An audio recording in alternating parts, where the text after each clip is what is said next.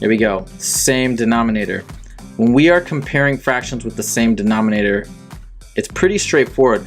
We don't have to look at anything but the numerators, and we just find the biggest numerator. What has the biggest one here? The top part, it's the 8, then the 6, then the 5. Therefore, 8 is our largest, but look, remember, the biggest one is always the one that this alligator's eating, and this alligator's eating this guy.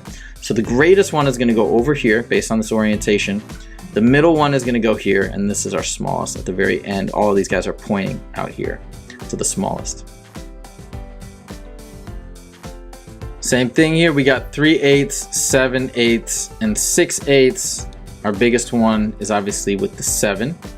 Alligators are facing this one, so that's the biggest. 6 is our next biggest number, goes here, and 3 is the smallest.